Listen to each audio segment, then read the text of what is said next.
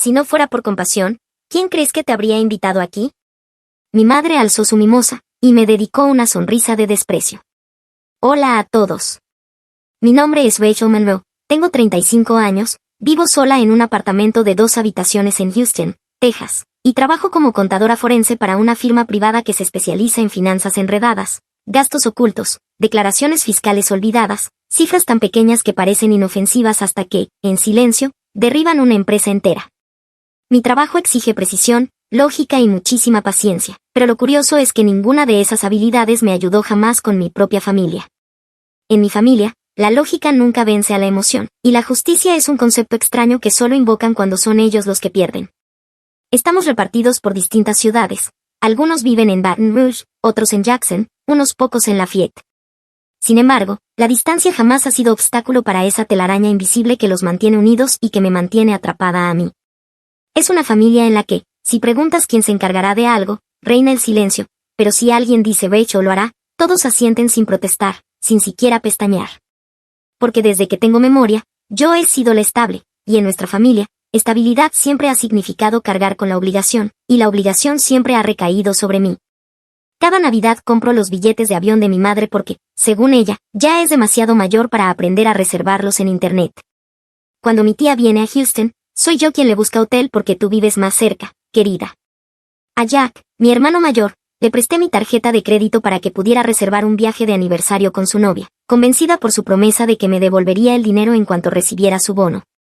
El bono nunca llegó, el dinero tampoco, y yo nunca lo reclamé.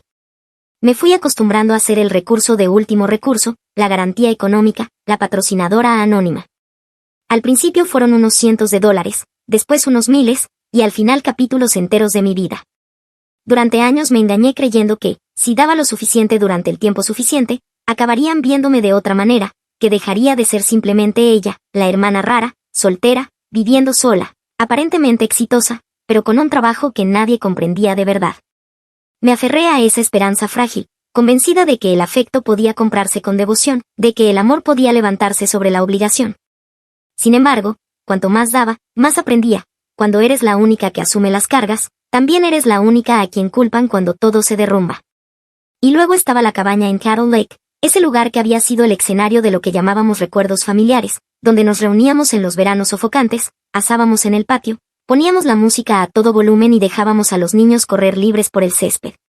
Todos la llamaban nuestra, una propiedad compartida, pero en la escritura solo aparecía mi nombre. En 2009, cuando mi padre estaba a punto de perderla por una ejecución hipotecaria tras incumplir un préstamo, yo fui la única con un historial crediticio lo bastante limpio como para avalar. Firmé. Nadie me lo agradeció, lo único que dijeron fue, perfecto, la conservamos. Desde entonces, cada gasto de mantenimiento, cada reparación, cada seguro y cada impuesto salió de mi bolsillo. Pagué cada factura como si se tratara de la luz o el agua de mi propio apartamento.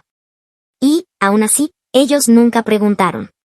Venían a la cabaña como si fuera un derecho natural, pedían comida, dejaban basura, se marchaban sin apagar el aire acondicionado. Algunos incluso dejaban que sus amigos la usaran sin avisarme. Y yo, la que la había salvado de la quiebra, la que volvió a colgar las fotos en las paredes, la que quitaba la nieve cada invierno, jamás recibí una llamada para interesarse por mí. Viví así demasiado tiempo, convencida de que estaba haciendo lo correcto, creyendo que, si yo no daba el paso, nadie lo haría. Pero la verdad es que nunca me necesitaron para resolverlo, solo me necesitaban para soportarlo. Y yo lo soporté, hasta aquel brunch en Nueva Orleans. Cuando mi madre levantó su mimosa, me miró directamente a los ojos y me dijo, si no fuera por lástima, ¿de verdad piensas que alguien te habría querido aquí? En ese instante comprendí que nunca había sido realmente parte de ellos, que para mi familia yo no era más que una conveniencia, y que eso no iba a cambiar, salvo que yo misma lo cambiara. Ese brunch tuvo lugar en un restaurante francés, en pleno Garden District, de esos que solo sirven huevos benedictinos de temporada, doblan las servilletas en forma de cisnes y cobran 3 veces lo que cuesta un café en Starbucks, pero nadie se queja porque tiene ambiente. Mi tía eligió el sitio porque luce bien en las fotografías, mi madre vistió un traje pastel completo, como si asistiera a un almuerzo benéfico, y Jack llegó 10 minutos tarde, riendo a carcajadas como si el mundo entero hubiera estado esperándolo. Yo llevaba un vestido de lino beige, sencillo, limpio, nada llamativo. Sabía perfectamente cómo funcionaba su juego, la persona que atrae menos atención es la menos probable de ser atacada. pero ese día calculé mal. Apenas saqué la silla, la única sin tarjeta con nombre, noté que Jack me miró de arriba abajo y se echó a reír como si hubiera visto algo desternillante. Dios, pareces como si acabaras de salir arrastrándote de un contenedor de donaciones detrás de una iglesia. Nadie reaccionó. Mi madre no levantó la vista de su mimosa, aunque la sonrisa en la comisura de sus labios la delataba. Mi tía tosió dentro de su copa, tratando de sofocar la risa, y luego volvió a beber. Yo permanecí allí, con el rostro inexpresivo, sonriendo como si no hubiera escuchado nada. Esa era la habilidad que había perfeccionado con los años, callar en el momento justo, asentir cuando tocaba, ser complaciente sin dar jamás la impresión de estar agradecida. Solía creer que, si reaccionaba, sería yo la que arruinaba el ambiente, la demasiado sensible, así que me callaba. Pero aquella vez algo fue distinto, no sentí la herida de siempre, no me invadió la tristeza ni la humillación, solo sentí frío. Por primera vez en muchos años no tuve la necesidad de perdonar, ni de explicarme a mí misma que no lo habían dicho en serio. Permanecí allí, bebiendo un café ya tibio, y en mi mente empecé a trazar en silencio lo que ocurriría después. Ya no quería seguir soportando solo para mantener la paz, y lo supe con más certeza que nunca. Esa sería la última vez que me sentaría en la silla sin nombre. Esa noche llegué a casa más temprano de lo habitual. No pasé por el supermercado, no entré en la cafetería donde solía pedir una segunda taza, ni siquiera encendí la radio durante el trayecto. Me quedé un rato dentro del coche, observando la luz amarilla y pálida que se derramaba desde el balcón de mi apartamento, hasta que por fin decidí bajar. Dentro, todo estaba en su lugar, ordenado como siempre, pero por primera vez no lo sentí en paz, sino vacío, un vacío extraño que acompaña a la decisión ya tomada, aunque aún no se haya dicho en voz alta. Dejé mi bolso, preparé una taza de té de menta, sin azúcar, y encendí el ordenador. Mis dedos teclearon con firmeza, sin titubeos. La línea de asunto tenía solo 2 palabras: lista ahora. El destinatario era Jared, el abogado con quien había trabajado en 2009 durante el problema de la propiedad de mi padre. No necesitaba explicarle nada, habíamos hablado antes de vender la cabaña, pero siempre dudé, siempre dije no es el momento. Esa noche, la duda había desaparecido. Al pulsar enviar, supe con absoluta certeza que esta vez era real. Inmediatamente después entré en el portal bancario. La cuenta familiar de crédito, aquel supuesto fondo compartido que yo había creado y administrado durante años para facilitar los gastos comunes, sería lo siguiente que cerraría. Revisé cada detalle, quién tenía autorización, qué pagos automáticos seguían activos, qué tarjetas estaban vinculadas. Fui eliminándolos uno a uno, como si soltara las últimas cadenas que me mantenían atada. Mis manos no temblaban, se sentía como poner en orden una habitación a la que alguna vez estuve unida, pero de la que ahora sabía que era momento de marcharme. Por último, abrí la carpeta de documentos legales en mi disco duro, donde guardaba copias de contratos, el certificado de propiedad de la cabaña y todas las facturas de mantenimiento de más de una década. Cada uno estaba a mi nombre. Ni un solo centavo había salido de los demás, solo la llamaban cabaña familiar cuando querían utilizarla. Recuperé el contrato de compraventa en blanco que Jared me había enviado meses atrás, guardé una nueva copia y la titulé Cato-Cel-Final. Cuando cerré el ordenador ya pasaba de medianoche. La ciudad afuera seguía vibrante, pero dentro de mi apartamento reinaba un silencio antinatural. Apuré el último sorbo de té, la menta aún levemente cálida, y pensé que quizá, por primera vez en años, había tomado una decisión únicamente para mí, no porque alguien me necesitara, sino porque ya no quería seguir viviendo como el contacto de emergencia de personas que jamás devolvían la llamada una vez que estaban bien. No hice una escena, no se lo conté a nadie. Me preparaba para salirme de ese sistema que ellos siempre llamaban fondo común, aunque jamás compartieron la responsabilidad. No envié un correo, no dejé un mensaje en el grupo familiar, no insinué nada. Simplemente me senté, encendí el ordenador y comencé a desatar los nudos que me habían enredado durante años. Abrí el panel de cuentas. Entré en la cuenta de crédito que siempre había utilizado para ayudar a la familia en lo que necesitara, un eufemismo para una carga que nunca tuvo fin. Vi la larga lista de usuarios autorizados, mi madre, Jack y Eleanor. Cada uno con su forma particular de aprovecharse, cada uno con su propia justificación, pero ninguno preguntó jamás si yo estaba bien pagando las facturas. Mi madre la usaba para los servicios básicos, excusándose en que era demasiado mayor para aprender banca en línea. Jack la utilizaba para sus inversiones de imagen, ropa, alcohol, bares y, a veces, hoteles para sus nuevas novias. Mi tía la empleaba menos, pero aún con frecuencia, encargaba paquetes en Amazon enviados a la cabaña, siempre diciendo te lo transfiero después, aunque nunca lo hacía. Había vivido demasiado tiempo en esa zona gris. Al principio controlaba cada movimiento, llevaba hojas de cálculo, capturas de recibos, y se los enviaba al grupo esperando respuesta. Con el tiempo dejé de hacerlo, dejé de preguntar, porque comprendí que no era olvido, simplemente nunca se habían sentido obligados a pagar. A sus ojos yo era la que tenía dinero, la independiente, la que debía ayudar si podía. Repetían con gusto la frase, la sangre debe sostener a la sangre. Pero yo empezaba a comprender que sostener no significa dejarse pisotear. Fui eliminando a cada usuario de la cuenta. El sistema preguntaba, ¿está segura de que quiere revocar el acceso? Lo estaba, más que nunca, aunque una parte de mí aún temblara, como si estuviera cometiendo algo indebido, como si defenderme fuese suficiente para ganarme la etiqueta de egoísta. Pero sabía que, si continuaba así, la egoísta sería conmigo misma. Cuando terminé con la cuenta de crédito, pasé a la cabaña. Abrí mi registro de gastos, donde durante más de 10 años había anotado cada factura, electricidad, agua, seguros, cuidado del césped, limpiezas periódicas. Eran cosas pequeñas, sí, pero sumadas ascendían a miles de dólares cada año. Recordé cada verano en que todos acudían a la cabaña, reían, comían, bebían y me dejaban la basura, el desorden y un montón de facturas sin pagar. Nunca preguntaron, ¿cuánto es la luz este mes? Solo decían, ¿dónde están las llaves de la cabaña? Fui deteniendo todo, un elemento tras otro, sin renovaciones, sin más pagos. Sabía que la cabaña no se vendría abajo de un día para otro, pero bastarían unas semanas sin cubrir las facturas para que el sistema empezara a apagarse por sí mismo. Cortarían la electricidad, cerrarían el agua y la aseguradora comenzaría a enviar advertencias.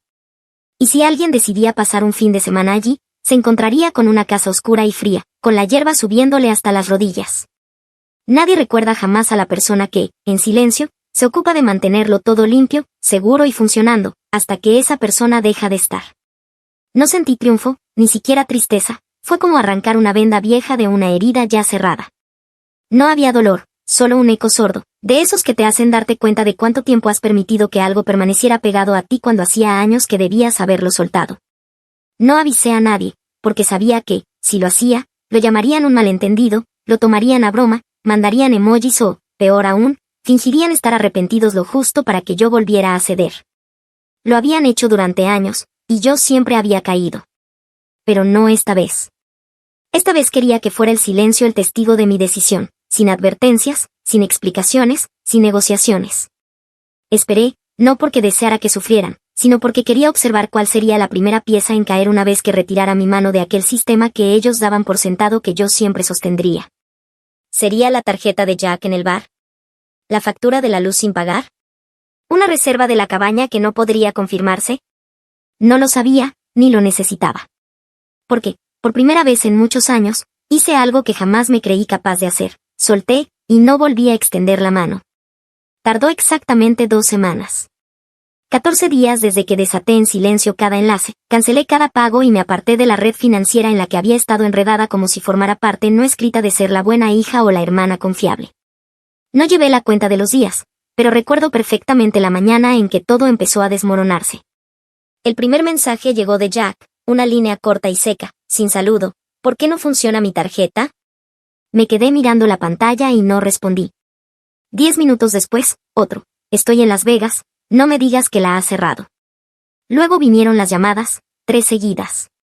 Las dejé sonar y después apagué el teléfono. No por rabia, sino porque ya había escuchado suficiente. Por la tarde mi madre mandó una cadena de mensajes. Al principio sonaba serena, ¿me cortaron la luz? ¿Hay algún problema con el sistema de pagos?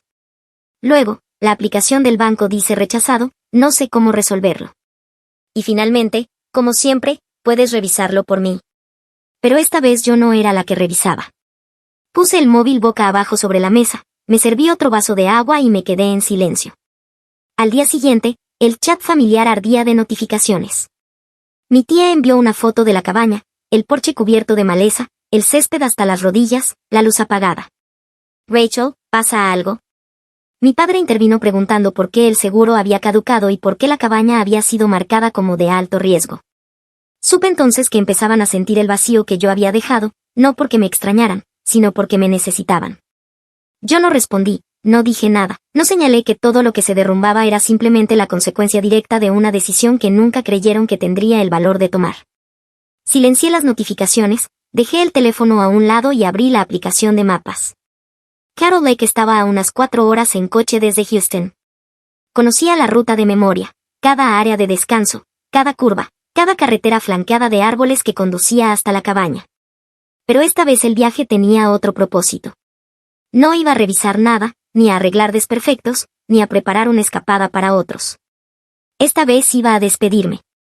Llegué temprano, cuando la niebla aún se aferraba a la superficie del lago y el aire traía ese olor húmedo a hierba en descomposición. La cabaña se veía casi igual que la última vez, el porche de madera familiar, los marcos de las ventanas pintados de blanco ahora desconchados por los años, el viejo columpio mostrando todavía las marcas de quemaduras de aquella vez que Jack se pasó con los fuegos artificiales. Pero el aire era distinto, ya no había expectación, solo un vacío silencioso, como si la casa misma supiera que su tiempo se había agotado. Entré y encendí las luces, las bombillas aún parpadearon con vida, aunque sabía que la próxima factura quedaría sin pagar. Recorrí despacio cada rincón, pasando la mano por la mesa de madera que yo misma había lijado y barnizado durante 3 días completos, años atrás. Miré la pared donde colgaban las fotos familiares, mis padres sonriendo abrazados, Jack cargándome a caballito de niños, todos posando orgullosos frente a la cabaña aquel primer verano después de que la salvara. Me quedé mirándolas largo rato, y luego empecé a descolgarlas. No con prisa, ni con brusquedad, una por una, con cuidado, con intención, como quien retira pedazos de un pasado que ya no quiere exhibir. Las guardé todas en una caja de madera, las cerré y escribí en la tapa con un rotulador, familia, lo que fue. No para tirarlas, sino para apartarlas, porque entendí que lo que debía conservar era la lección, no la prueba. Esa misma tarde me senté en el escritorio junto a la ventana, donde la luz del sol se filtraba entre los árboles y dibujaba manchas suaves sobre el suelo. Abrí el ordenador y redacté un correo a Jared, mi abogado. El asunto era sencillo, adelante. Adjunté todos los documentos necesarios para iniciar la venta formal de la cabaña. Le pedí discreción absoluta, nada de anuncios públicos hasta que todo el papeleo estuviera completo, ni una huella digital que mi familia pudiera seguir. Al pulsar enviar no sentí arrepentimiento, sino claridad. Una claridad nítida y tranquila que jamás había conocido. Esa cabaña, que alguna vez pensé que me mantendría unida a ellos para siempre, ahora se revelaba como lo que realmente era, una simple casa. Y ninguna casa merece ser conservada si lo único que hace es atarte a personas que nunca aprendieron a amar. Nunca había tenido la intención de reclamarles el dinero. Durante años me repetí que no valía la pena provocar un drama, que no valía la pena romper la frágil paz que aún quedaba. Me había entrenado a dejarlo pasar, a convertir los préstamos impagos en regalos, a creer que preservar la armonía era más importante que la justicia. Pero algo cambió, no porque la cifra en dólares fuera demasiado alta, sino porque la sensación de ser utilizada sin consideración se había hundido demasiado hondo. Aquella noche me senté en mi escritorio, la luz del ordenador iluminando una taza de té ya fría. Abrí una nueva hoja de cálculo y escribí un único número, 4.000. No necesitaba revisar facturas antiguas ni cotejar cuentas. Recordaba demasiado bien el día en que Jack me llamó con la voz temblorosa, diciendo que estaba a punto de ser demandado por fraude de seguros. Recordaba cómo conduje bajo un aguacero para reunirme con un abogado en su nombre, cada correo que envié, cada llamada que hice, cada suspiro exhalado a limpiar un desastre que no era mío. Incluso recordaba su apretón de manos débil y aquella promesa vaga, te pagaré en un mes. Había pasado 1 año y 4 meses, sin seguimiento, sin cheque, sin un simple mensaje. Añadí unas líneas más a la hoja, saldo pendiente, 4.000. Fecha de vencimiento, 31 de julio.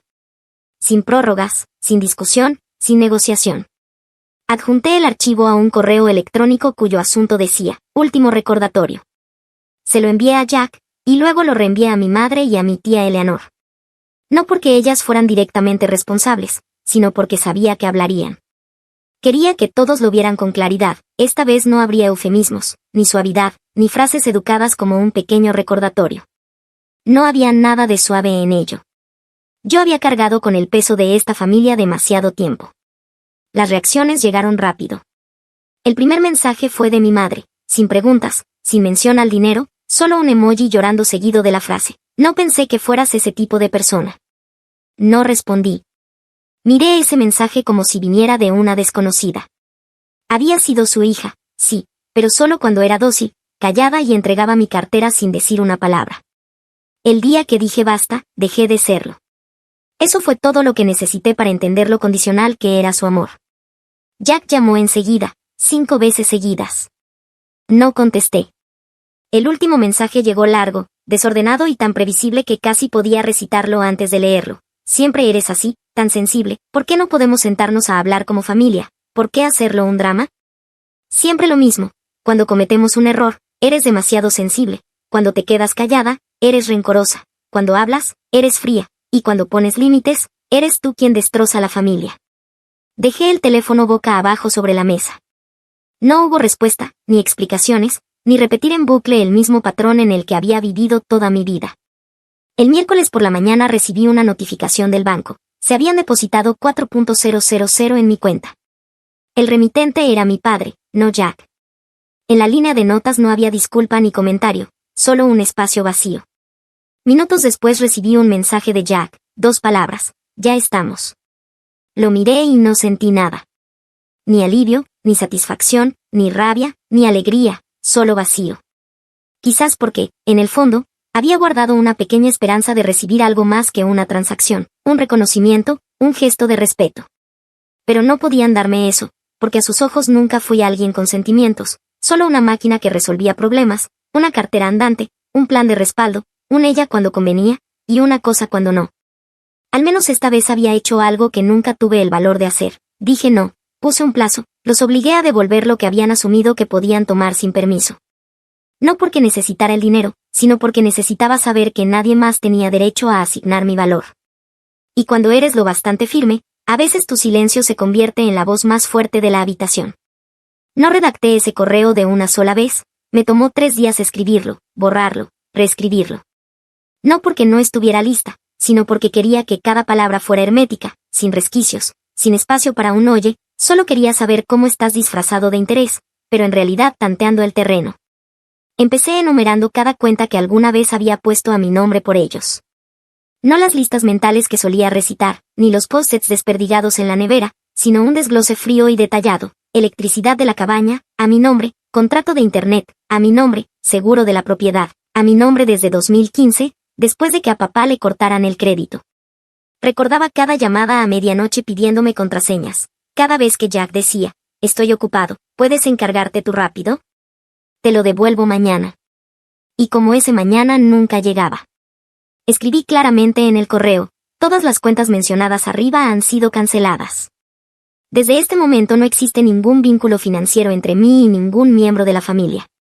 Sin discursos, sin justificaciones, sin necesidad de más. Mi última frase fue breve, simple y perfectamente clara, ya no soy la que carga con el peso. Pulsé enviar. Era la 1 de la madrugada. El apartamento estaba tan en silencio que podía oír el leve tic-tac del reloj de pared. Me quedé allí mucho tiempo, sin música, sin té, solo yo, con las manos apoyadas en la mesa. Mi corazón no se sentía más liviano, pero tampoco cargado. Algo en mí se había cerrado.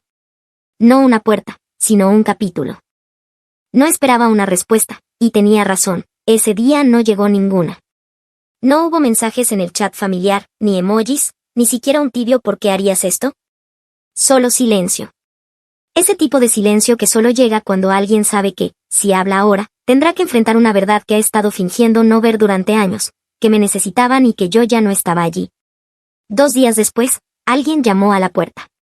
Estaba en la cocina, con las manos aún mojadas de fregar los platos. Al principio pensé que sería un vecino. Luego vino el segundo golpe, más firme, más urgente. Me sequé las manos, crucé el pasillo y miré por la mirilla. Era Jack. Se veía distinto, con una sudadera gris desteñida, el pelo algo revuelto, lejos de la versión pulida de sí mismo que solía mostrar en las redes sociales. Llevaba una bolsa de papel en la mano, seguramente con un pack barato de cerveza. Abrí la puerta, no para darle la bienvenida, sino porque necesitaba enfrentarlo, necesitaba terminarlo.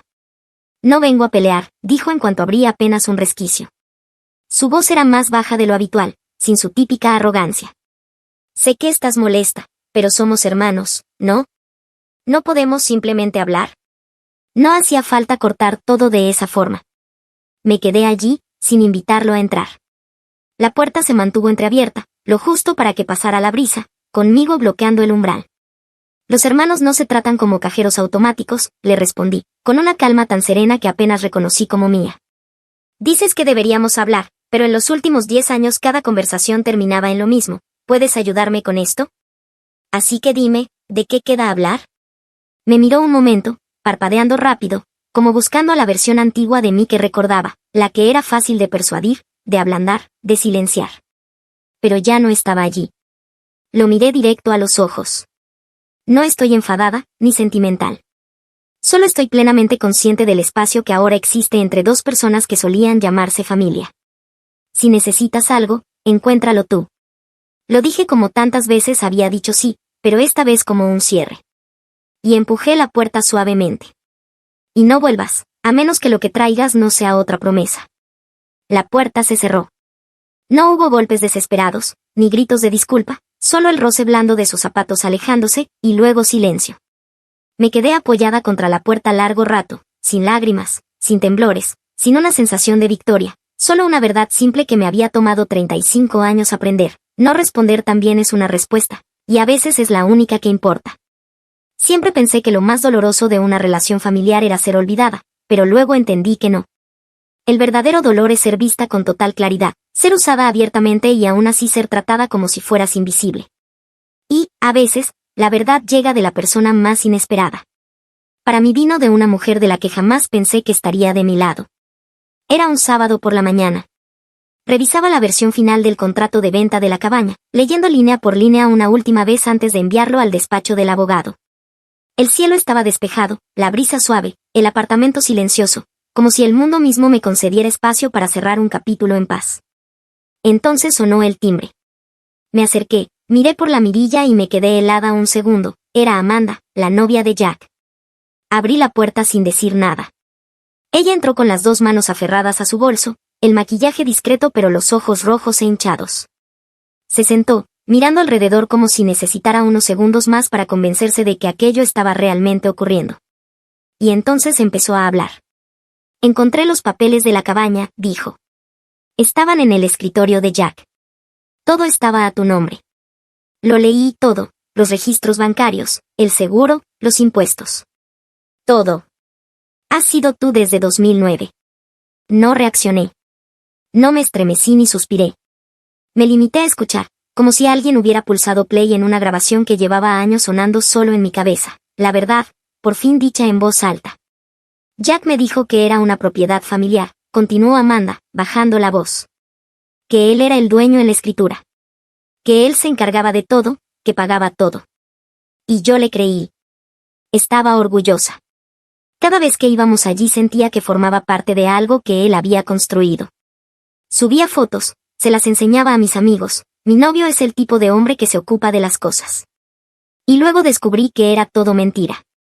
Sacó una carpeta de su bolso, con páginas desgastadas, esquinas dobladas y sujetas con una goma elástica. Vi mi nombre claramente impreso en cada hoja, el contrato de compra, los primeros extractos del préstamo, la póliza de seguro, los recibos de impuestos. Ninguna mención a Jack. Ni una sola línea. No estoy aquí para armar lío, dijo, con la voz temblorosa. Solo quería darte las gracias por haber mantenido ese lugar durante todos esos años. Lo siento por haber creído la mentira, por haberme sentado en esa cabaña como si perteneciera a otro. Y quería que supieras que lo dejé. No puedo estar con alguien que inventa historias enteras solo para quedar bien. Se levantó, colocó la carpeta sobre mi mesa de centro y me miró por última vez antes de dirigirse a la puerta. No eres invisible, dijo. Y espero que, de ahora en adelante, no dejes que nadie te trate como si lo fueras. Cuando la puerta se cerró me quedé quieta mucho tiempo. La carpeta estaba allí, sólida, callada, innegable, como un testigo. Durante años había vivido en aquella cabaña como la encargada, la financiadora, la que se hacía a un lado para que otros pudieran avanzar. Y, sin embargo, cuando alguien la mencionaba, siempre era la cabaña familiar, nunca el lugar de Becho. Pero fui yo quien impidió que el banco la embargara, fui yo quien condujo 3 horas para arreglar una bomba de agua rota, quien colgó las fotos, reemplazó las bombillas, parchó la madera podrida. No porque disfrutara del sacrificio, sino porque alguna vez creí que, si era lo bastante buena, lo bastante callada, me recordarían. Recordaban la cabaña, olvidaban a la persona que la mantenía en pie. Abrí el portátil e inicié sesión en mi cuenta bancaria. Transferí $20,000 directamente a la cuenta conjunta de mis padres. Sin nota, sin asunto, sin necesidad de reconocimiento. Era la parte justa de la venta de la cabaña, aunque cada documento estuviera a mi nombre, aunque yo hubiera cubierto cada gasto sola. Les envié el dinero no para complacerlos, sino para saber, con certeza, que no les debía nada. La cabaña se vendió oficialmente a comienzos de la semana siguiente. Recibí un correo del bufete confirmando que la transferencia se había completado. No volví una última vez, no era necesario. Todo lo que necesitaba llevarme ya lo había tomado, y todo lo que debía dejar atrás, los recuerdos falsos, el papel que nunca acepté de buena gana, lo dejé allí. Me mudé de Houston pocos días después, compré una casita en las colinas al norte de Austin. Sin cartel en la entrada, sin vínculos con nadie, solo yo, unas pocas pertenencias, una cocina bañada de sol, un sillón de lectura junto a la ventana y un jardín donde, por primera vez en mi vida, podía plantar algo sin miedo a que alguien más lo pisoteara. En mi primera mañana en la nueva casa me senté con una taza de café, mirando cómo la luz se filtraba entre los árboles. Sin llamadas, sin mensajes en el chat familiar, sin preguntas ¿cómo puedes ayudarme con esto? Por primera vez me sentí ligera. No ligera como quien suelta algo, sino ligera porque finalmente sabía que ya no tenía que cargar nada que no fuera mío. Y si alguien me preguntara qué perdí en todo este proceso, diría que no perdí nada, simplemente recuperé la parte de mi vida que ellos creían que les pertenecía. Y esta vez la guardo para mí. 3 meses no son muchos si esperas que alguien regrese, pero se sienten eternos si pasas cada día esperando algún tipo de ruido, una petición, una manipulación, o solo un meme en un chat del que nunca formaste parte de verdad. Aquellos 3 meses pasaron como si hubieran bajado el volumen de toda mi vida. Nadie llamó, nadie preguntó si estaba bien, no hubo mensajes sobre facturas por revisar ni textos conciliadores de ya está, sigamos adelante. Nada. Al principio pensé que el silencio era temporal, conocía de sobra su ciclo emocional, primero ira, luego confusión, después culpa y finalmente reconciliación. Yo había hecho de esponja emocional demasiadas veces, siempre sin recibir una disculpa real. Pero esta vez fue distinto, nadie volvió, nadie intentó arreglar nada, no hubo señal de que alguien quisiera reabrir la puerta que yo había cerrado con firmeza. Desaparecieron, no porque hubieran cambiado, sino porque no sabían cómo enfrentar a una versión de mí que ya no podían controlar. Antes pensaba que el silencio era aterrador, que si nadie me necesitaba, si nadie me llamaba, estaba sola. Pero descubrí que en realidad era su ruido el que me desgastaba, y que este silencio era mucho más amable de lo que había imaginado. Ya no me despertaba con la presión de revisar el teléfono por emergencias que debía resolver, ni me preguntaba cómo reunir dinero para cubrir las facturas olvidadas de otros, ni redactaba correos para limpiar los errores de adultos que seguían comportándose como niños. Ahora cada mañana empieza con el sonido del agua hirviendo en la tetera, la luz del sol derramándose por los cristales y una lista de tareas que solo tiene mi nombre. Cultivo mi jardín, leo, cocino, no porque alguien vaya a venir, sino porque quiero que mis cenas valgan la pena esperarse. Algunos días pongo música a todo volumen y bailo sola en la cocina, otros me siento durante horas mirando cómo la luz cambia sobre las paredes al ponerse el sol. No intento mantenerme ocupada, simplemente vivo, de una manera en la que nunca antes me habían permitido vivir. El único que permaneció en mi mundo fue Dylan, mi primo de 16 años, delgado, callado, con una mirada que nunca vi en ninguno de los adultos de mi familia, la mirada de alguien que realmente escucha. Cada mes Dylan se subía a su bicicleta y me invitaba a comer hamburguesas. Sin preguntas indiscretas, sin presionarme para hablar. Algunos días simplemente nos quedábamos allí, masticando papas fritas y mirando la calle sin decir nada. Pero una vez, mientras mordía una hamburguesa aún caliente, Dylan apoyó la mano sobre la mesa, me miró directo y dijo: «Lo entiendo». 3 palabras. Sin necesidad de explicación. Y supe que de verdad lo hacía, porque nunca se había reído cuando los demás me convertían en chiste, porque nunca esperó a que me volvieran útil para ser amable, porque no necesitó ninguna razón para elegir estar de mi lado. Una tarde de principios de otoño, mientras reorganizaba la estantería del salón, encontré una postal deslizada bajo el marco de la puerta. Sin sobre, sin dirección de remitente.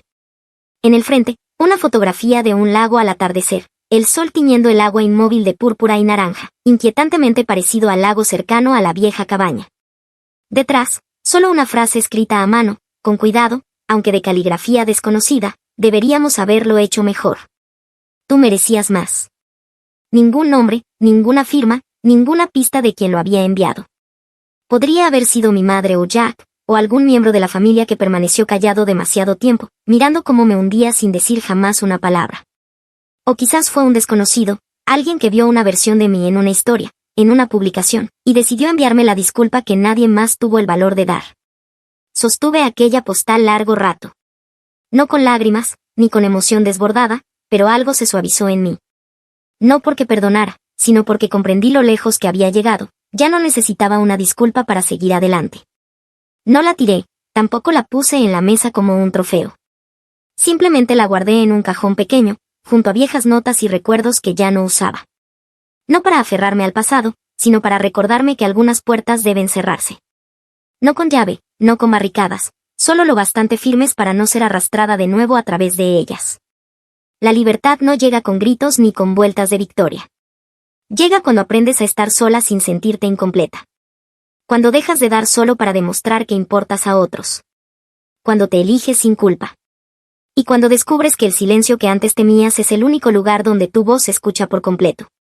Nadie interrumpe, nadie se burla, nadie pregunta por qué haces tanto drama. Mi libertad no fue ruidosa, pero fue real. Y fue suficiente. ¿Y tú? ¿Has vivido alguna vez en una relación donde siempre eras tú quien cargaba, quien aguantaba, quien se esforzaba por evitar que todo se viniera abajo? Has dado, no porque te sobrara, sino porque pensabas, si no lo hago yo, nadie más lo hará. ¿Y alguna vez te llamaron egoísta, fría, demasiado sensible, solo porque por fin te levantaste y dijiste basta? No sé en qué punto de tu camino estás ahora. Quizás sigues manteniendo todo unido solo para conservar la paz. Quizá todavía escribes borradores de disculpas por algo que nunca fue tu culpa. Quizá aún esperas que, si eres un poco mejor, si guardas silencio una vez más, si das un poco más, entonces la gente cambiará, te valorará, te amará de la forma correcta. Si es así, te entiendo, yo también viví toda una vida creyendo eso. Pero ¿sabes qué? Hay lugares que nunca cambian, por mucho que te sacrifiques. Hay personas que solo saben quererte mientras les seas útil. Y hay relaciones que, si no sales de ellas, acabarán devorándote en el papel que han escrito para ti. No porque no fuera suficiente, sino porque fuiste demasiado rápida para perdonar, demasiado dispuesta a quedarte, demasiado acostumbrada a ser el suelo sobre el que otros caminan. Me tomó más de 30 años entenderlo. La bondad no significa dejar que los demás te pisoteen sin un ápice de vergüenza. El amor no es unilateral. Y la familia, si solo existe cuando eres tú quien paga el precio, no es amor, es una transacción. Y en cualquier transacción, tienes todo el derecho a marcharte en el momento en que comprendes que estás perdiendo. Déjame un comentario. Cuéntame el momento en que decidiste detenerte, aunque haya sido con un simple y pequeño no. ¿Cuánto tiempo te tomó darte cuenta de que no necesitas ser la persona más útil en la vida de alguien solo para tener derecho a permanecer en ella? Porque tal vez, solo tal vez, tu historia será la llave que ayude a otra persona a comprenderlo. Nadie nace para ser el vertedero emocional de otro, el basurero de expectativas ajenas ni un cajero automático con piernas, sin importar el título que esa persona tenga, incluso si es familia. Y si nadie te lo ha dicho antes, déjame ser la primera, mereces ser amado sin pagar por ello. Mereces existir sin cargar con el peso de otros. Y tienes todo el derecho a elegir de nuevo, tu vida, tus límites, a ti misma. Historia 2. Ladrona, ¿de verdad crees que puedes irrumpir en esta familia y arrebatarme lo que me pertenece? Así me acusó, con descaro, mi arrogante cuñada durante la cena. Hola, me llamo Mara, soy analista de datos, tengo 29 años y vivo en Columbus, Ohio. Pensaba que por fin había encontrado mi propio felices para siempre. Imagina la escena, una cena familiar en casa de los padres de mi prometido, con platos desparejados y el aroma del pollo asado flotando en el aire. Acabábamos de fijar la fecha de nuestra boda, y ambas familias se reunieron para celebrarlo, brindando, riendo y compartiendo la ilusión de nuestro futuro. Yo estaba inquieta pero ilusionada, decidida a causar una buena impresión en mis futuros suegros. Sin embargo, de pronto, todo cambió. Robaste mi bolso, Mara. Estaba en tu bolsa, dijo Lidia, mi cuñada, plantada en medio del comedor, con la voz cortante como un cuchillo y levantando un bolso de cuero brillante como si fuese una prueba en un tribunal.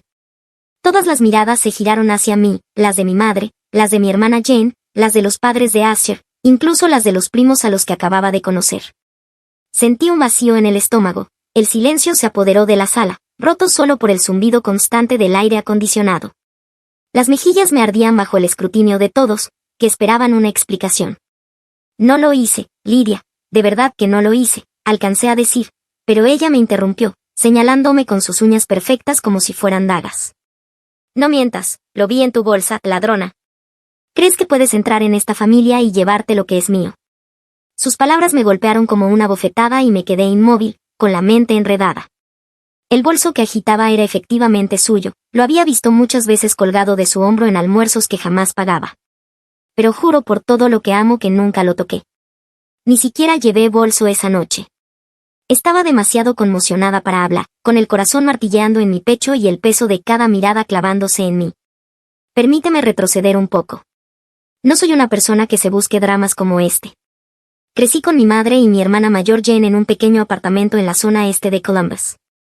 Mi padre se marchó cuando yo tenía 6 años, dejándonos solas, y mi madre tuvo que sacarnos adelante con el salario de maestra. El dinero siempre fue escaso, pero nuestro vínculo era fuerte. Aprendí desde muy joven a trabajar duro, a mantener la cabeza baja y a evitar problemas. Esa fue la actitud que me llevó a conseguir mi empleo en Baca Insurance, donde paso los días entre números y fórmulas, construyendo poco a poco una vida digna. Y también fue allí donde conocí a Asher, mi prometido, que además es mi supervisor. Asher es distinto a cualquier otra persona que haya conocido. Tiene 31 años y transmite una serenidad que hace sentir a cualquiera a salvo, como si todo estuviera bajo control. Creció en una familia trabajadora, su padre es mecánico, su madre enfermera, y él conserva esa forma de ser sencilla y realista. Cuando empezamos a salir no se trataba solo de atracción, sino de confianza, forjada en largas conversaciones nocturnas sobre sueños y miedos. Él me miraba de verdad, me comprendía. Y cuando me pidió matrimonio bajo la sombra de un gran roble en un parque cercano a la oficina, sentí que al fin había encontrado mi lugar en el mundo. Pero Lydia, la hermana mayor de Asher, fue otra historia. Desde el primer momento supe que sería un problema. Tiene 35 años, una presencia arrolladora, siempre impecable, con labios pintados de rojo intenso y una risa que exige ser escuchada. Asher ya me había advertido que podía ser excesiva, pero no imaginaba cuánto hasta que, después de nuestro compromiso, comenzó a escribirme mensajes para invitarme a almorzar en restaurantes de moda en el centro. Siempre había un pretexto, olvidaba la cartera, o decía que no llevaba suficiente dinero. Yo pagaba, convencida de que estaba siendo amable, intentando crear un lazo con mi futura cuñada. Las facturas se acumulaban, y ella jamás me devolvió un centavo. Aquella noche, cuando Lydia me acusó delante de todos, me sentí atrapada en una pesadilla. El rostro de mi madre estaba pálido, con las manos aferradas a la mesa. Jane, que usa una silla de ruedas desde que sufrió una lesión de columna en la infancia, me miraba con una calma poderosa, como sabiendo en lo más profundo que yo era inocente. Asher me tomó la mano bajo la mesa, sujeta, firme, aunque en sus ojos brillaba la rabia contenida. Lydia no se detenía, su voz se elevaba mientras hablaba de demandas y aseguraba que yo no era lo bastante buena para su hermano. Yo quería desaparecer, salir corriendo de esa casa y no volver nunca más. Pero dentro de mí algo cambió, no iba a dejar que me destruyera. Lydia, dije con la voz temblorosa pero decidida, ese bolso no es mío. Y para sorpresa de todos, empecé a reír. No era divertido, en realidad, pero la absurda acusación me golpeó como una ola. El bolso no era mío, era de Jane, y Jane, que no se había movido de su silla en toda la noche, no podía haber robado nada ni aunque lo hubiera intentado. Mirando atrás, reconozco que debía haber visto antes las señales de alerta con Lydia, pero estaba demasiado cegada por la emoción de mi compromiso como para darme cuenta. Asher y yo llevábamos 2 años juntos, y nuestro amor se sentía como ese que lees en los libros, el que te hace creer en segundas oportunidades después de que mi padre nos abandonara. Pasé años levantando muros alrededor de mi corazón, temerosa de volver a ser abandonada, pero Asher fue paciente, derribando poco a poco esas barreras con su constante amabilidad. Nos quedábamos hasta tarde en la oficina, hablando de todo, desde hojas de cálculo hasta nuestros bares favoritos en Columbus. Cuando me pidió matrimonio, sentí que por fin había encontrado un verdadero hogar. Contárselo a mi familia fue la parte más fácil. Mi madre, que había pasado la vida entre exámenes por corregir y la tarea de criarme, lloró de felicidad cuando le mostré el anillo. Jane, mi roca, también estaba allí, sus ojos brillaban cuando abrazó a Asher y le dijo, con voz cálida pero firme, más vale que cuides bien de mi hermana pequeña. Jane siempre ha sido mi protectora, aunque en realidad ha sido ella quien ha enfrentado las batallas más duras. Su lesión de columna ocurrió cuando tenía 10 años, tras un accidente de coche que lo cambió todo. Ahora trabaja desde casa como diseñadora gráfica, transformando sus bocetos en arte que ilumina Internet.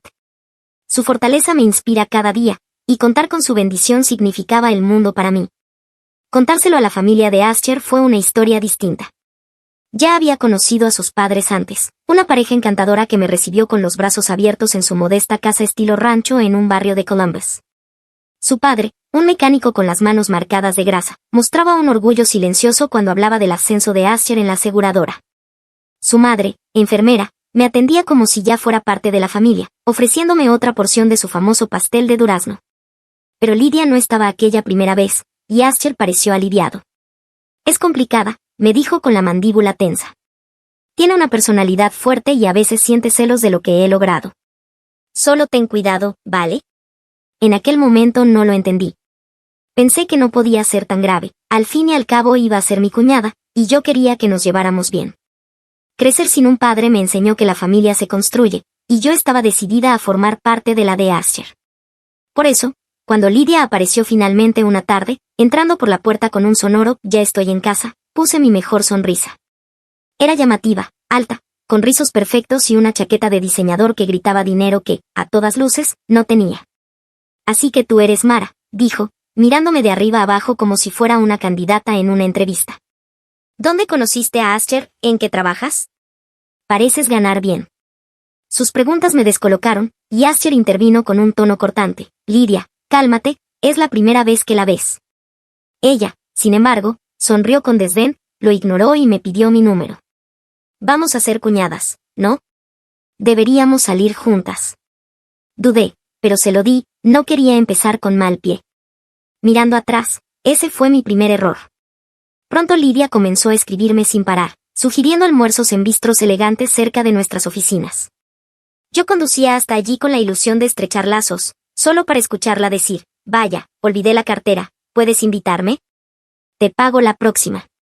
Pero esa próxima vez nunca llegaba. En otra ocasión aseguró que le faltaba dinero suelto y prometió enviármelo después por Venmo. Spoiler, no lo hizo. Empecé a temer sus mensajes, aunque seguía acudiendo con la esperanza de que, con el tiempo, me aceptara. Era la hermana de Ascher, y yo quería creer que acabaría por acercarse.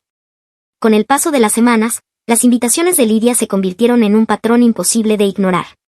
Cada vez que nos encontrábamos en algún local de moda del centro de Columbus, piensa en ensaladas carísimas y cafés artesanales, repetía la misma escena. Mara, lo siento mucho, dejé la tarjeta en casa, decía, parpadeando mientras bebía su latte. O bien, ando un poco justa esta semana, puedes adelantarme. Yo asentía, forzando una sonrisa, y pagaba la cuenta, repitiéndome que no era gran cosa, solo un almuerzo. Pero esos almuerzos se acumulaban, drenando mi presupuesto más de lo que quería admitir. Había crecido viendo a mi madre estirar cada dólar, así que cada cuenta sin pagar me sabía a traición. Comencé a ver a Lidia como realmente era, no se trataba de despistes, sino de cálculo. Sus mensajes, siempre alegres y llenos de emojis, escondían un trasfondo, era como si me estuviera poniendo a prueba. Un día, después de pagar otra comida más, reuní el valor para decirle, oye, Lidia, ¿puedes enviarme el dinero del almuerzo de la semana pasada? Su risa fue seca, como si le hubiera contado un chiste. Vamos, Mara, son solo unos pocos dólares. Somos familia, ¿no? No te preocupes por tonterías. Sus palabras me hirieron, como si yo fuera la que estaba siendo mezquina. Empecé a contestar con menos frecuencia, inventando excusas para no vernos, aunque la incomodidad en mi interior seguía creciendo. Hasta que llegó el día que lo cambió todo. Salía de la oficina con Ascher, de la mano, hablando de lugares para la boda. Reíamos imaginando la idea de celebrar en un granero cursi, cuando escuché su voz, Mara. Lidia estaba apoyada en un farol frente al edificio, con los brazos cruzados y una sonrisa falsa dibujada en la cara. ¿Saliendo del trabajo con tu chico, eh? Debe de ser lindo, dijo con un tono empapado de sarcasmo. El rostro de Ascher se endureció. ¿Qué quieres, Lidia?, preguntó con voz baja. Ella lo ignoró y se dirigió a mí. Esta noche tengo planes de cena con amigos, pero ando un poco corta. Mara, ¿me prestas algo de dinero? Te lo devuelvo, lo prometo. Sus ojos estaban muy abiertos, casi suplicantes, pero yo ya había escuchado esa promesa antes. No podía seguir así. Su rostro se torció como si la hubiera insultado. Vaya, qué fría. Se supone que somos familia, Mara. Las familias se ayudan, además tú ganas buen dinero, ¿no? Trabajando con Asher y todo eso. Lo dijo como si conociera mi sueldo, lo cual no era cierto. Sentí el pecho apretado, la rabia acumulándose, intentaba manipularme con culpa, y esta vez no funcionaba. Antes de que pudiera responder, Asher intervino. Basta, Lidia. No vuelvas a hablarle así. Devuélvele lo que le debes o no le pidas nada más. Su voz era calmada pero firme, con ese tono que obligaba a escuchar. La mandíbula de Lidia se abrió como si no creyera que su hermano menor le estaba confrontando. ¿La eliges a ella antes que a mí, siseó? ¿A tu propia hermana? Ella ni siquiera es familia todavía, Asher. ¿Acaso piensas que es mejor que yo porque tiene un trabajo elegante? Se acabó, replicó Asher con voz de acero. Vete a casa, Lidia. Y nos dimos la vuelta. Sus gritos resonaban tras nosotros mientras caminábamos, y podía sentir las miradas de mis compañeros de trabajo que pasaban, curiosos. Me ardía la cara de vergüenza, pero Asher apretó mi mano, devolviéndome la calma. No dejes que te afecte, susurró. Siempre ha sido así. Aquella noche no pude dormir. Las palabras de Lidia se repetían en mi cabeza, amargando mi entusiasmo por la boda. Quería creer que solo era envidia, como decía Asher, pero una parte de mí temía que siempre sería una espina en nuestro camino. Lo que no sabía entonces era hasta dónde llegaría para separarnos. La cena familiar debía ser una celebración. Los padres de Asher habían invitado a todos a su casa para brindar por nuestro compromiso, y yo estaba nerviosa pero emocionada. Mi madre y Jen habían conducido desde el este de Columbus, y la mesa estaba llena de parientes de Asher, todos riendo y pasándose fuentes de puré de patatas y judías verdes. Sentía que, por fin, estaba encajando, que pertenecía a ese lugar. Lidia también estaba allí, pero había permanecido callada toda la noche, algo extraño en ella. La sorprendí observándome en varias ocasiones, sus ojos entrecerrados, aunque preferí ignorarlo para no arruinar la velada. Entonces, después del postre, todo se vino abajo. Lidia regresó del baño con el rostro enrojecido y comenzó a gritar. Mi bolso ha desaparecido. Estaba en mi bolsa y ya no está. Se giró hacia mí, señalándome con el dedo. Mara, lo tomaste, ¿verdad?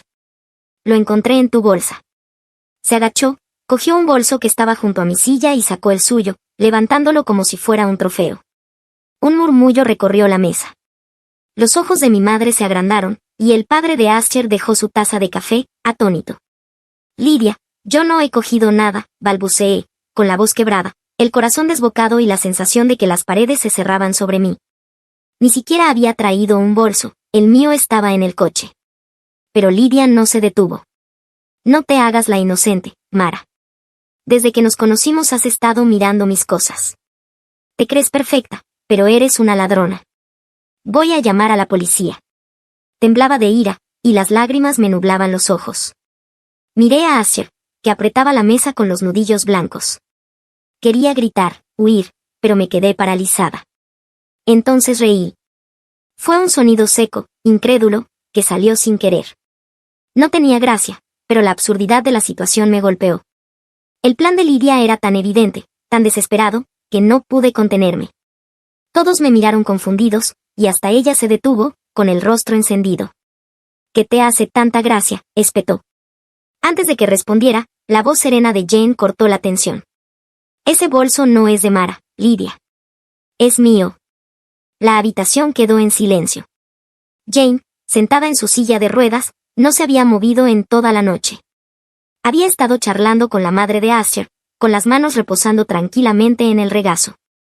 ¿De verdad piensas que mi hermana robó tu bolso, o que lo hice yo?, continuó, con un tono firme pero cargado de una ira contenida que rara vez mostraba. El rostro de Lidia se congeló. ¿Qué?, balbuceó, con gotas de sudor perlándole la frente. Jane no pestañeó. Llevo en esta silla desde que era niña. No puedo levantarme a hurgar en tus cosas, Lidia. Entonces dime, ¿cómo acabó tu bolso en el mío? Dejó la pregunta flotando en el aire. Recuerdo que viniste a saludarnos antes de cenar. Estabas tan cerca que casi ocultabas mi bolsa detrás de ti, ¿lo metiste entonces? El silencio fue absoluto. La madre de Asher soltó un jadeo y el rostro de su padre se oscureció. Los ojos de Lidia se movían de un lado a otro, como un animal atrapado. Abrió la boca, pero no salió nada. Las palabras de Jane la habían dejado expuesta, y todos lo veían. Sentí una oleada de gratitud hacia mi hermana, que siempre había estado ahí para protegerme, incluso cuando yo no lo sabía. Asher se levantó, con la voz baja pero cargada de furia. Lydia, intentaste tenderle una trampa. Querías arruinarnos. Luego se volvió hacia mí, con la mirada suavizada. Mara, lo siento. Debería haberte advertido de hasta dónde llegaría. Y después miró de nuevo a su hermana. Llevas meses hablando mal de Mara, intentando que desconfíe de ella.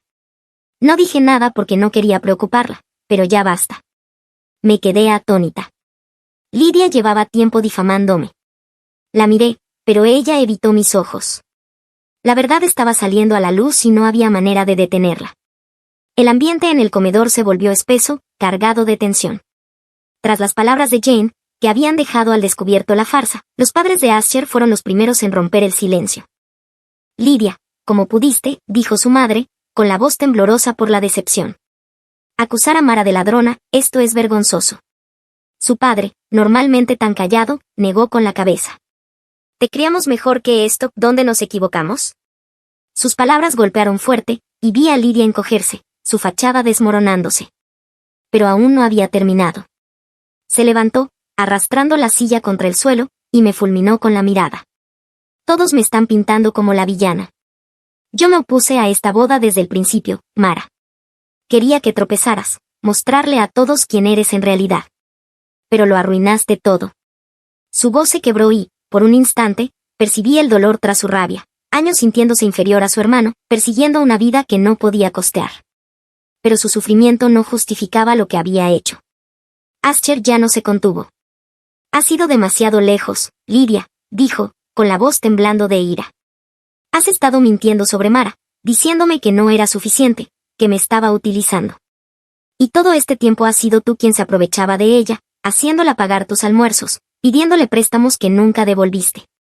Tomó aire, con los ojos encendidos. Incluso te despidieron por robar en tu trabajo. ¿De verdad pensaste que no nos enteraríamos? Un nuevo murmullo recorrió la sala. Yo no lo sabía, y por la expresión de sus padres, ellos tampoco. El rostro de Lydia palideció, las manos le temblaban. Eso no es, ustedes no entienden, balbuceó.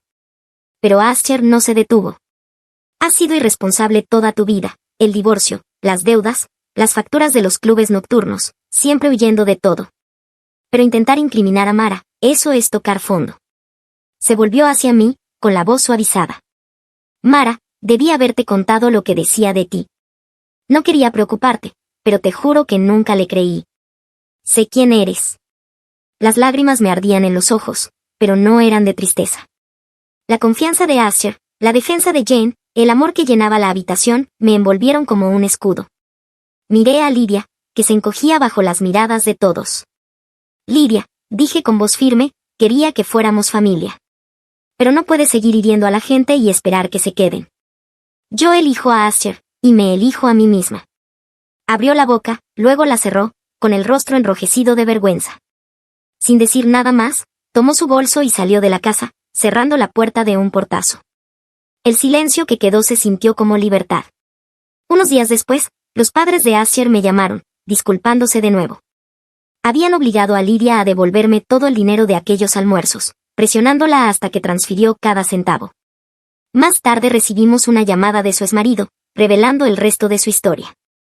Su divorcio no había sido por diferencias irreconciliables. Se había gastado todos sus ahorros en ropa de lujo y fiestas nocturnas. Incluso había tomado dinero de la cuenta conjunta para pagar deudas que jamás confesó. Tras la separación, había estado esquivando acreedores y perdió su empleo por quedarse con dinero de la caja. Destrozados, los padres de Asher la cortaron por completo. Lydia me llamó una última vez, con voz pequeña y desesperada. Mara, lo siento, no tengo a nadie más. ¿Podrías prestarme un poco de dinero? Cambiaré, lo juro. Sentí una punzada de compasión, pero ya había aprendido la lección. Lydia, tienes que arreglar esto por ti misma, respondí. Paga tus deudas, gana tu propio dinero. Yo no puedo formar parte de esto. Colgué mientras ella empezaba a protestar, con las manos temblando pero el corazón firme. Se corrió la voz de que Lydia abandonó Columbus, perseguida por cobradores de deudas. Nadie sabe a dónde fue, y Asher juró que había terminado con ella para siempre. el día de nuestra boda fue todo lo que soñé. Una pequeña iglesia en Ohio se llenó de risas, flores y las personas que realmente importaban. Jen recorrió el pasillo como mi dama de honor, con una sonrisa más brillante que el sol. Mi madre lloró durante toda la ceremonia, y los padres de Asher bailaron como si fueran jóvenes otra vez. La ausencia de Lydia fue un regalo silencioso, permitiéndonos concentrarnos en el amor que llenaba la sala. Ahora, mientras me siento en nuestro nuevo hogar y siento los primeros movimientos del bebé que esperamos, pienso en lo lejos que hemos llegado. Lydia intentó destruirnos, pero solo consiguió hacernos más fuertes. Asher y yo estamos construyendo una vida basada en la confianza, y cada día es una promesa cumplida. Todavía llevo las cicatrices de aquella cena, el dolor de que me llamaran ladrona, pero también la fortaleza de haberme defendido, apoyada por la familia que creyó en mí. Y la clase de triunfo que invita a celebrar. Si este viaje tocó vuestro corazón, seguid defendiendo vuestra verdad, gracias. Habéis caminado conmigo a través de la traición, el desgarro. ¿Qué harías si fueras el autor? Gracias por unirte a Toe Hoy. Recuerda darle me gusta, suscribirte y activar la campana de notificaciones para no perderte nuestro próximo video. Hasta pronto. Toe, te lo agradece.